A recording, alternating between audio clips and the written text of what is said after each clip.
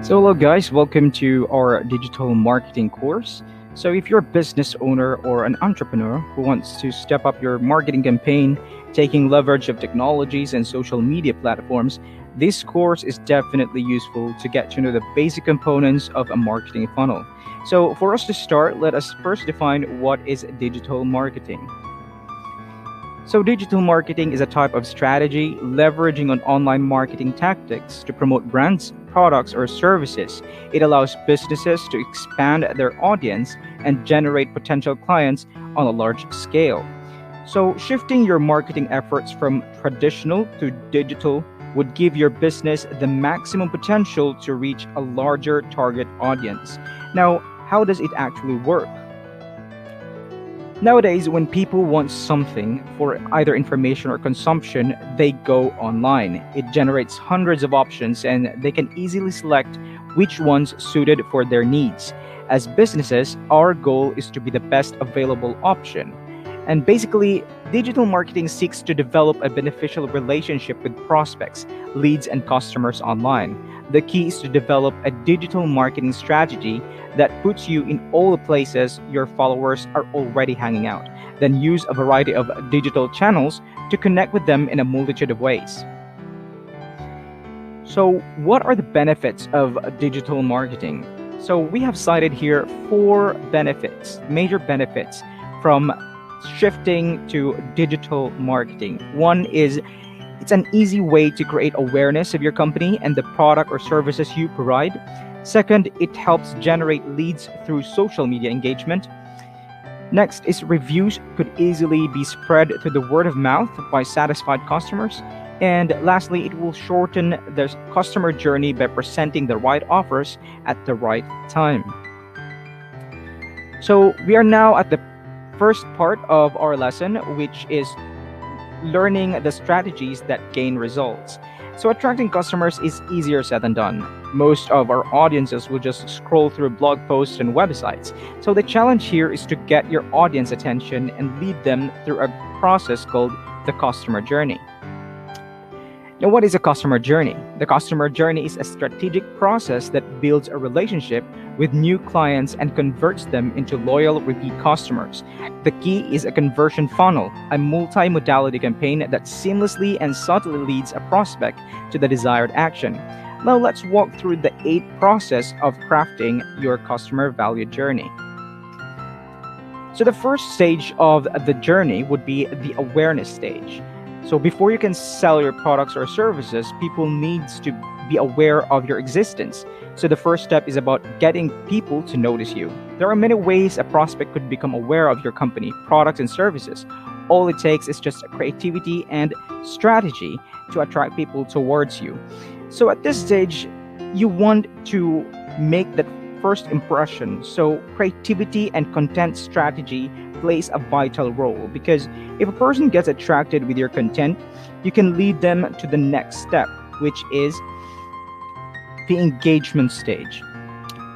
So at the second stage, you are now going to engage with your prospect. Your goal is to engage with them. So because your prospect is now aware of you, but they don't yet know you, like you, or trust you. So the next step is to start developing relationship with your prospect. So this is where you start conversing with your prospects. You engage them through some form of content that provides entertainment, information, or both. So engagement is something that must continue throughout the customer journey. It's not something that you do once and move on. It's just like if you already have a conversation with them or communication with them, then you would stop talking to them. So it would be a continuous effort. So the example ways to create engagement is through content marketing, social media marketing, and email marketing. So the next step would be the subscribe stage. Now that you somehow establish a connection with your prospect, it is time to make them progress to subscribing. At this stage, you will give their information. They will give their information, and this would grant you permission to contact them in the future. So this is the part where you develop a certain exchange. For example, a person wants to read articles about cooking. If they can get free access to many recipes, but they have to fill out form that asks for their information. So if you have ever experienced like going into a certain website to get information, and then like a box pops up and asks you to enter your email or your name, so that you could before you could proceed with the actual website and get the information that you want. That's exactly the subscribe stage. So yeah, that would help you to gain permission to somehow allow your company to send further information or further campaigns with the person that visit your website. Example of ways to subscribe would be content marketing, email marketing, and copywriting. So the fourth stage would be the convert stage. So after getting your prospect to subscribe, you will now have to initiate a conversion. This means that we have to make them invest in us, either with time or money. But at this stage, you will not be concerned with profitability yet. This is the most critical part of the customer journey, because you may lose them at some point, but the key to success on this stage would be the entry point offers. This means you will ask them some value, but not much that it would hurt their pockets. What will you want to establish at this stage is commitment, because our bigger goal is to get new clients and the profit will follow later. So at conversion stage, you're just gonna, let's say for example, the course that we have. If you have an online course, a full-blown online course, you're not going to sell them directly. You first have to create mini courses so that the clients would be able to taste or have a glimpse of what can you offer, and they could actually have a hint if the courses that you have would be of relevance to them. So this would be a good example of the convert stage, wherein you're going to offer just a little glimpse of what your company product has, and then it would only be for a small price, because again, we are not yet concerned at this stage. We're not yet concerned about profitability. We're about getting more clients to be on board. So example of ways to convert would be digital advertising, email marketing, and copywriting. So the fifth stage of the journey would be the excite stage. So at this point, you already make a successful transaction. It may not be much, but again, our goal is not yet about profitability. Now that they had a glimpse of your offers, you have to make sure that they have valued what they paid for. These help you get them to the next part of the journey, which is to excite them with more offers. Since they have made a valuable transaction with you, they will be willing to listen for more. So they now have that sense of trust in you. So the excite stage would be just like, for example, in continuation with the course example, you're gonna have to, after giving them a glimpse or a mini course, you're gonna offer them another course that is also valuable to their business. So that would be the excite stage, and that would also lead to the next stage of the customer journey. Anyway, the example of ways to excite would be content marketing, email marketing, and copywriting. So the next part of the customer value journey would be the ascend stage. At this stage of the value journey, it is where your customers will be ready to buy more and more often. If your business has a core offer, this is the best place to make that offer. Then once your customer purchase that core offer, it's time to present them with more other relevant offers. So you'll notice that the value journey worksheet represents ascent stage as a ladder, and that's no accident, because it's really a ladder that will hopefully lead to multiple purchases over time. So this is the stage where you're going to offer the full-blown online course that you have. So other than just one online course, you can also offer different courses that you have, core offers that you have, because you already have them to trust you.